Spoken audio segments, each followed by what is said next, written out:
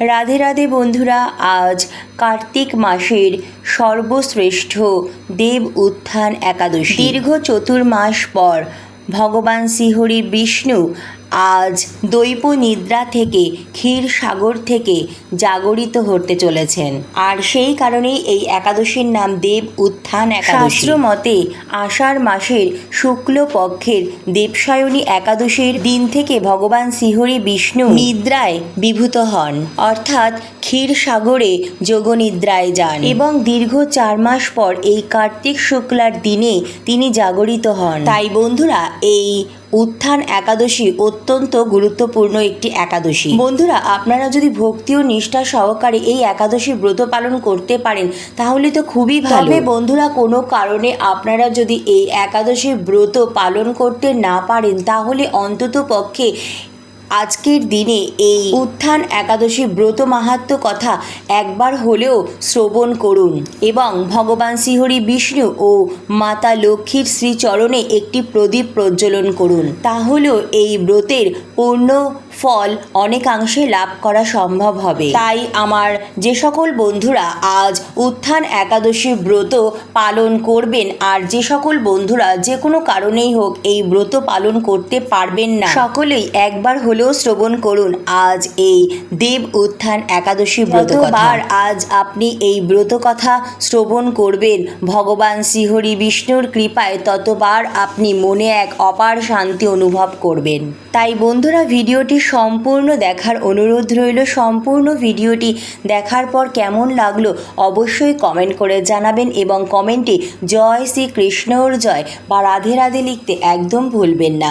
ভিডিওটি ভালো লাগলে লাইক, শেয়ার ও নতুন বন্ধুরা প্লিজ চ্যানেলটি সাবস্ক্রাইব করে পাশে বেল বাটনটি অন করে আমার পাশে থাকার অনুরোধ রইল, যাতে আমার পরবর্তী ভিডিও নোটিফিকেশান খুব সহজেই আপনাদের কাছে পৌঁছে যায়। আর যে সকল বন্ধুরা অলরেডি চ্যানেলটি সাবস্ক্রাইব করে পাশে আছেন তাদের অসংখ্য ধন্যবাদ। তো চলুন বন্ধুরা, শুরু করা যাক দেব উত্থান একাদশী ব্রত কথা। কার্তিক মাসের ব্রত মাহাত্ম্য স্কন্দপুরাণে ব্রহ্মা নারদ সংবাদে বর্ণিত আছে। মহারাজ যুধিষ্ঠির বললেন, হে পুরুষোত্তম, কার্তিক মাসের শুক্ল পক্ষের একাদশীর নাম আমার কাছে কৃপা করে বর্ণনা করুন। শ্রীকৃষ্ণ বললেন, হে রাজন, কার্তিক মাসের শুক্ল পক্ষের একাদশী উত্থান বা প্রবোধনী নামে খ্যাত। প্রজাপতি ব্রহ্মা পূর্বে নারদের কাছে এই একাদশীর মহিমা কীর্তন করেছিলেন। এখন তুমি আমার কাছে সে কথা শ্রবণ করো। দেবর্ষি নারদ প্রজাপতি ব্রহ্মাকে বললেন, হে মহাত্মা, যে একাদশীতে ভগবান শ্রী গোবিন্দ শয়ন থেকে জেগে ওঠেন সেই প্রবোধনী বা উত্থান একাদশীর মহিমা আমার কাছে সবিস্তারে কীর্তন করুন। ব্রহ্মা বললেন, হে নারদ, উত্থান একাদশীর যথার্থই পাপ নাশিনী, পূর্ণবোধিনী ও মুক্তি প্রদায়িনী।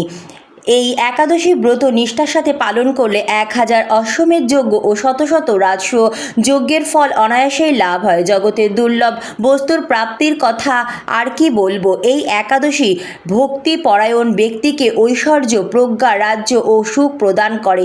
এই ব্রতের প্রভাবে পর্বত সমান পাপরাশিও বিনষ্ট হয়ে যায়। যারা এই একাদশীতে রাত্রি জাগরণ করে সমস্ত পাপ ভস্মীভূত হয়। শ্রেষ্ঠ মুনিগণ তপস্যার দ্বারা যে ফল করেন এই ব্রতের উপবাসে তা পাওয়া যায়।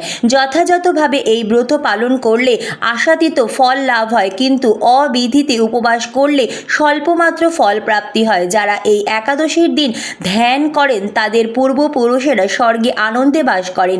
এই একাদশী উপবাসের ফলে ব্রহ্মহত্যাজনিত ভয়ঙ্কর নরক যন্ত্রণা থেকে নিস্তার পেয়ে বৈকুণ্ঠ গতি লাভ হয়। অশ্বমেধ যজ্ঞ দ্বারাও যা সহজে লাভ হয় না। তীর্থে স্বর্ণ প্রভৃতি দান করলে যে পূর্ণ অর্জিত হয় এই উপবাসের রাত্রি জাগরণে সেই সকল কিছুই পূর্ণফল অনায়াসেই লাভ হয়ে যায়। যিনি সঠিকভাবে উত্থান একাদশী ব্রত অনুষ্ঠান করেন তার গৃহে ত্রিভুবনে সমস্ত তীর্থ এসে উপস্থিত হয়। হে নারদ, বিষ্ণুর প্রিয়তমা এই প্রবোধিনী একাদশীর উপবাস করলে সর্বশাস্ত্রে জ্ঞান ও তপস্যায় সিদ্ধি লাভ করে চরমে মুক্তি লাভ হয়। যিনি সমস্ত লৌকিক ধর্ম পরিত্যাগ করে ভক্তি ভরে এই ব্রত উপবাস করেন তাকে আর পুনর্জন্ম গ্রহণ করতে হয় না, এমনকি মন ও বাক্য দ্বারা অর্জিত পাপ ও রাশিও শ্রী গোবিন্দের চরণে বিনষ্ট হয়ে যায়। বৎস এই ব্রতে শ্রদ্ধা সহকারে শ্রী জনার্দনের উদ্দেশ্যে স্নান, দান, জপ, কীর্তন ও হোমাদি করলে অক্ষয় ফল লাভ হয়। যারা উপবাস দিনে শ্রীহরির প্রতি ভক্তিভাবে দিন যাপন করে তাদের পক্ষে জগতে দুর্লভ বলে আর কিছুই থাকে না। চন্দ্র ও সূর্য গ্রহণে স্নান করলে যে পূর্ণ ফল লাভ হয়, এই উপবাসে রাত্রি জাগরণে তার সহস্রগুণ সুকৃতি লাভ হয়। তীর্থে স্নান, দান, জপ, হোম, ধ্যান আদির ফলে যে পুণ্য সঞ্চিত হয়, উত্থান একাদশী না করলে সে সমস্ত নিষ্ফল হয়ে যায়। হে নারদ, শ্রী হরিবাসরে শ্রী জনার্দনের পূজা বিশেষ ভক্তি সহকারে করবে, তা না হলে শত জন্মর্জিত পূর্ণ ফলও বিফল হয়ে যাবে। বৎস যিনি কার্তিক মাসে সর্বদা ভগবৎ শাস্ত্রাদি অধ্যয়ন করেন তিনি সর্বপাপ মুক্ত হয়ে সমস্ত যজ্ঞের ফল লাভ করেন। ভগবান হরি ভক্তিমূলক শাস্ত্র পাঠে অত্যন্ত সন্তুষ্ট হন, কিন্তু দান, জপ, যজ্ঞাদি দ্বারা তেমন প্রীত হন না। এই মাসে শ্রী বিষ্ণুর নাম, গুণ, রূপ, লীলাদি শ্রবণ, কীর্তন বা শ্রীমদ্ ভগবত আদি শাস্ত্রগ্রন্থ পাঠের ফলে শত শত গোদানের ফল অচিরেই প্রাপ্ত হয়ে যায়। অতএব হে মুনিবর, কার্তিক মাসে সমস্ত গৌণ কর্ম বর্জন করে শ্রী কেশবের সামনে হরিকথা শ্রবণ কীর্তন করা কর্তব্য। কোনো যদি ভক্তি সহকারে এ মাসে ভক্ত সঙ্গে হরিকথা শ্রবণ ও কীর্তন করেন তবে তার শতকুল উদ্ধার প্রাপ্ত হন এবং হাজার হাজার দুগ্ধবতী গাভী দানের ফল অনায়াসেই লাভ করেন। এই মাসে পবিত্রভাবে শ্রীকৃষ্ণের রূপ গুণাদি শ্রবণ কীর্তনের দিন যাপন করলে তার আর পুনর্জন্ম হয় না। এই মাসে বহু ফল, মূল, ফুল, অগরু, কর্পূর ও চন্দন দিয়ে শ্রীহরির পূজা করা কর্তব্য। সমস্ত তীর্থ ভ্রমণ করলে যে পূর্ণ সঞ্চয় হয়, উত্থান একাদশীতে শ্রীকৃষ্ণের পাদপদ্মে অর্ঘ্য প্রদানে তার কোটি গুণ সুকৃতি অর্জিত হয়। শ্রবণ, কীর্তন, স্মরণ, বন্দনাদি নববিধা ভক্তির সাথে তুলসীর সেবার জন্য যারা বীজ রোপণ, জলসেচন ইত্যাদি করেন তারা মুক্তি লাভ করে বৈকুণ্ঠবাসী হন। হে নারদ, সহস্র সুগন্ধি পুষ্পে দেবতার অর্চনে বা সহস্র সহস্র যজ্ঞ ও দানে যে ফল লাভ হয়, এই মাসের শ্রী হরিবাসরে একটি মাত্র তুলসী পাতা শ্রী ভগবানের চরণ কমলে অর্পণ করলে তার অনন্ত কোটি গুণ ফল লাভ হয়। তো বন্ধুরা, আজকের মতো এইটুকুই। কেমন লাগলো আজকের ভিডিওটি অবশ্যই কমেন্ট করে জানাবেন। অনেক অনেক ধন্যবাদ ভিডিওটি দেখার জন্য। জয় শ্রীকৃষ্ণর জয়। রাধে রাধে। যারা এই একাদশীতে রাত্রি জাগরণ করে সমস্ত পাপ ভস্মীভূত হয়। শ্রেষ্ঠ মুনিগণ তপস্যার দ্বারা যে ফল করেন এই ব্রতের উপবাসে তা পাওয়া যায়। যথাযথভাবে এই ব্রত পালন করলে আশাতীত ফল লাভ হয়, কিন্তু অবিধিতে উপবাস করলে স্বল্পমাত্র ফল প্রাপ্তি হয়। যারা এই একাদশীর দিন ধ্যান করেন তাদের পূর্বপুরুষেরা স্বর্গে আনন্দে বাস করেন।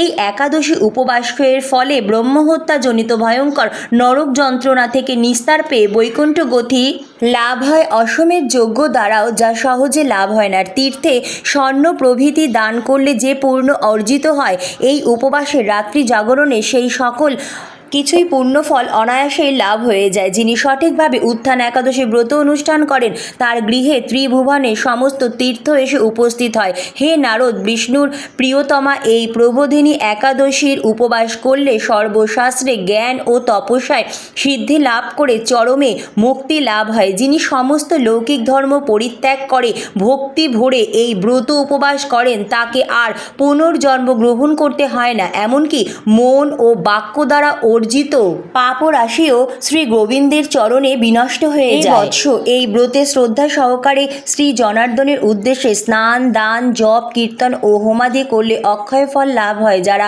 উপবাস দিনে শ্রীহরির প্রতি ভক্তিভাবে দিন যাপন করে তাদের পক্ষে জগতে দুর্লভ বলে আর কিছুই থাকে না। চন্দ্র ও সূর্য গ্রহণে স্নান করলে যে পূর্ণ ফল লাভ হয়, এই উপবাসে রাত্রি জাগরণে তার সহস্রগুণ সুকৃতি লাভ হয়। তীর্থে স্নান, দান, জপ, হোম, ধ্যান আদির ফলে যে পুণ্য সঞ্চিত হয়, উত্থান একাদশী না করলে সে সমস্ত নিষ্ফল হয়ে যায়। হে নারদ, শ্রী হরিবাসরে শ্রী জনার্দনের পূজা বিশেষ ভক্তি সহকারে করবে, তা না হলে শত জন্মর্জিত পূর্ণ ফলও বিফল হয়ে যাবে। বৎস যিনি কার্তিক মাসে সর্বদা ভগবৎ শাস্ত্রাদি অধ্যয়ন করেন তিনি সর্বপাপ মুক্ত হয়ে সমস্ত যজ্ঞের ফল লাভ করেন। ভগবান হরি ভক্তিমূলক শাস্ত্র পাঠে অত্যন্ত সন্তুষ্ট হন, কিন্তু দান, জপ, যজ্ঞাদি ভক্তি দ্বারা তেমন প্রীত হন না। এই মাসে শ্রী বিষ্ণুর নাম, গুণ, রূপ, লীলাদি শ্রবণ, কীর্তন বা শ্রীমদ্ ভগবত আদি শাস্ত্রগ্রন্থ পাঠের ফলে শত শত গোদানের ফল অচিরেই প্রাপ্ত হয়ে যায়। অতএব হে মুনিবর, কার্তিক মাসে সমস্ত গৌণ কর্ম বর্জন করে শ্রী কেশবের সামনে হরিকথা শ্রবণ কীর্তন করা কর্তব্য। কোনো যদি ভক্তি সহকারে এ মাসে ভক্ত সঙ্গে হরিকথা শ্রবণ ও কীর্তন করেন তবে তার শতকুল উদ্ধার প্রাপ্ত হন এবং হাজার হাজার দুগ্ধবতী গাভী দানের ফল অনায়াসেই লাভ করেন। এই মাসে পবিত্রভাবে শ্রীকৃষ্ণের রূপ গুণাদি শ্রবণ কীর্তনের দিন যাপন করলে তার আর পুনর্জন্ম হয় না। এই মাসে বহু ফল মূল, ফুল, অগরু, কর্পূর ও চন্দন দিয়ে শ্রীহরির পূজা করা কর্তব্য। সমস্ত তীর্থ ভ্রমণ করলে যে পুণ্য সঞ্চয় হয়, উত্থান একাদশীতে শ্রীকৃষ্ণের পাদপদ্মে অর্ঘ্য প্রদানে তার কোটি গুণ সুকৃতি অর্জিত হয়। শ্রবণ, কীর্তন, স্মরণ, বন্দনাদি নববিধা ভক্তির সাথে তুলসীর সেবায় জন্য যারা বীজ রোপণ, জলসেচন ইত্যাদি করেন তারা মুক্তি লাভ করে বৈকুণ্ঠবাসী হন। হে নারদ, সহস্র সুগন্ধি পুষ্পে দেবতার অর্চনে বা সহস্র সহস্র যজ্ঞ ও দানে যে ফল লাভ হয়, এই মাসের শ্রী হরিবাসরে একটি মাত্র তুলসী পাতা শ্রী ভগবানের চরণ কমলে অর্পণ করলে তার অনন্ত কোটি গুণ ফল লাভ হয়। তো বন্ধুরা, আজকের মতো এইটুকুই। কেমন লাগলো আজকের ভিডিওটি অবশ্যই কমেন্ট করে জানাবেন। অনেক অনেক ধন্যবাদ ভিডিওটি দেখার জন্য। জয় শ্রীকৃষ্ণর জয়। রাধে রাধে।